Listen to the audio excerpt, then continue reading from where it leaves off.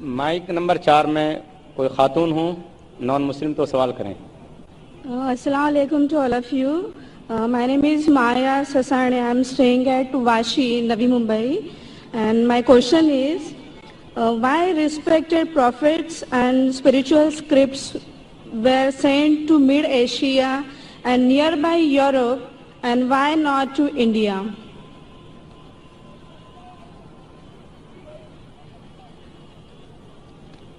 بہن کا سوال ہے کہ پروفیٹس مڈ ایشیا میں بھیجے گئے ہیں، یورپ میں بھیجے گئے، دیگر ممالک میں بھیجے گئے، انڈیا میں کیوں نہیں بھیجے گئے؟ انڈیا میں کیوں نہیں؟ قرآن مجید میں صاف طور سے لکھا ہے، صاف طور پہ سورہ رعد میں سورہ نمبر 13 آیت نمبر 7 میں وَلِكُلِّ قَوْمٍ ہَادٍ، ہم نے ہر قوموں میں ہدایت دینے والا بھیجا ہے. صاف طور پہ لکھا ہے کہ اللہ سبحانہ و تعالیٰ نے ہر قوم میں پیغمبر بھیجا.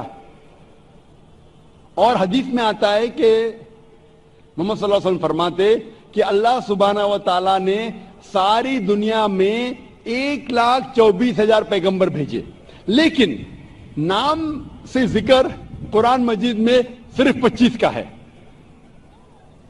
نام سے ذکر قرآن مجید میں صرف 25 کا ہے، لیکن قرآن مجید میں اللہ تعالیٰ فرماتے ہیں سورہ غافر میں سورہ نمبر 40 آیت نمبر 64 میں کہ کچھ پیغمبر کے بارے میں ہم ذکر کرتے ہیں، کچھ پیغمبر کے بارے میں نہیں.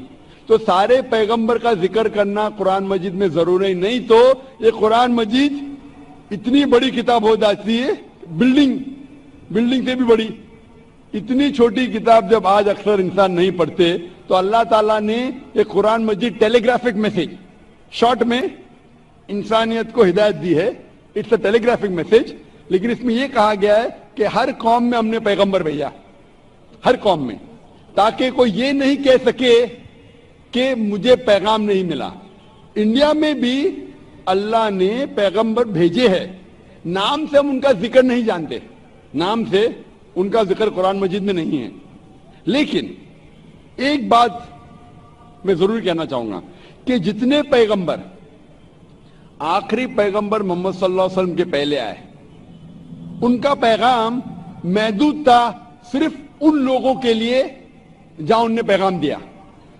جتنے پیغمبر بھی آخری پیغمبر محمد صلی اللہ علیہ وسلم کے پہلے آئے، ان کا پیغام محدود تھا صرف ان لوگوں کے لیے. لیکن کیونکہ محمد صلی اللہ علیہ وسلم آخری پیغمبر ہے اور اس کے بعد کوئی بھی پیغمبر نہیں آئیں گے، اس کا ذکر ہے سورہ احزاب میں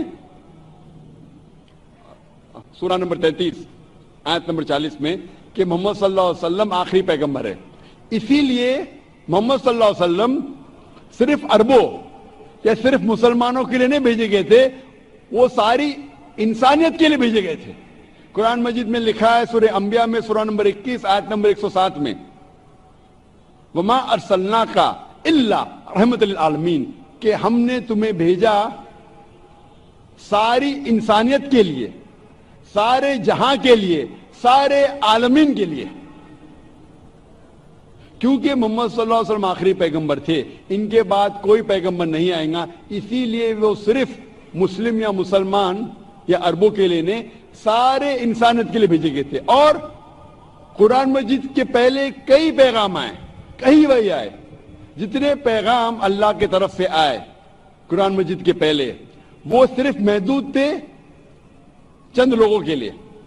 لیکن کیونکہ قرآن مجید اللہ کا آخری کلام ہے، وہ صرف عربوں یا مسلمانوں کے لیے نازل نہیں کیا گیا تھا، وہ سارے انسانیت کے لیے نازل کیا گیا ہے.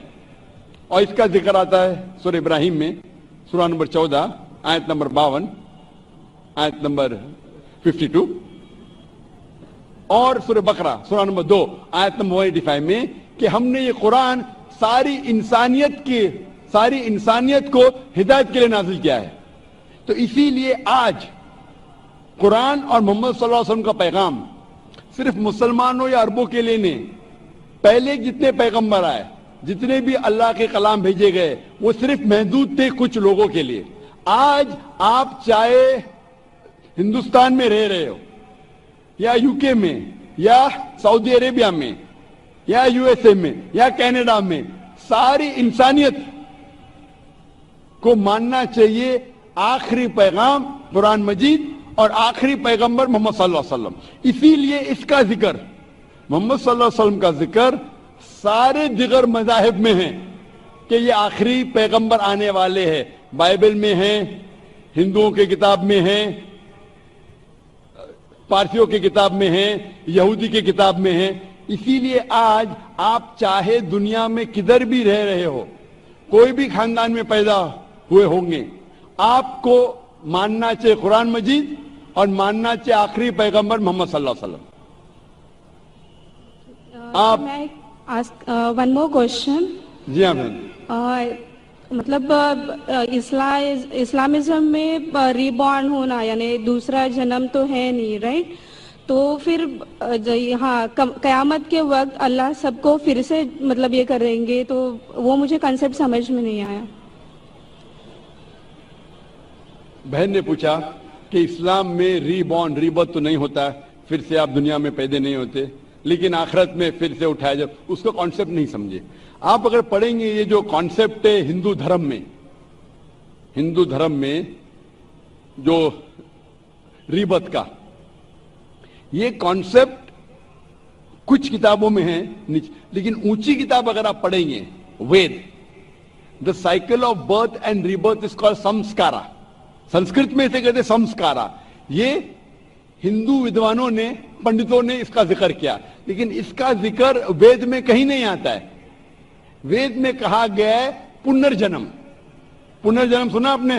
جی بہن سنا ہے؟ جی. ہاں. پنر کے مطلب پھر سے واپس. پنر کا مطلب نیکسٹ, واپس. ٹھیک ہے, مان گیا. پنر مطلب نیکسٹ, اگلا, واپس. جنم مطلب لائف. جنم مطلب زندگی, پھر سے زندگی, واپس زندگی. اس سے اسلام کو کوئی حرج نہیں. اسلام بھی اس میں مانتا ہے.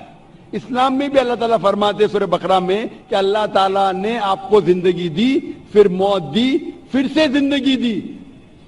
یعنی اسلام میں بھی ہم مانتے ہیں کہ ہمارا پنرجنم ہوگا, لیکن ایک بار وہ آخرت میں.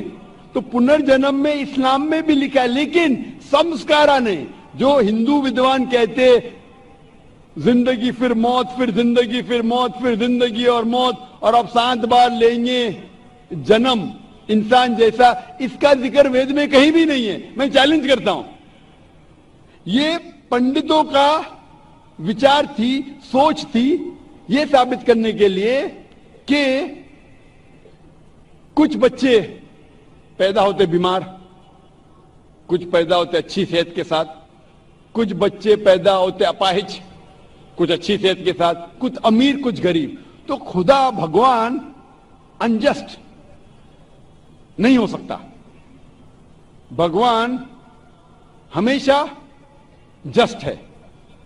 تو وہ ان کو یہ نہیں سمجھ میں آتا تھا بچہ کیسا اپاہج پیدا ہوا, بچہ غریب کیسا پیدا ہوا. تو ان نے اپنی سوچ سے سوچنے لگے کہ بھگوان تو غلطی نہیں کر سکتا, اسی لیے یہ بچے نے پہلے جنم میں غلطی کیا ہے گا, اس لیے ابھی اپاہج پیدا ہوا. پہلے جنم میں کچھ غلطی کیا نا, اس لیے غریب پیدا ہوا. پہلے جنم میں اچھا کیا تو امیر پیدا ہوا. یہ ان کی سوچ ہے, یہ آپ کے وید میں نہیں لکھا ہے.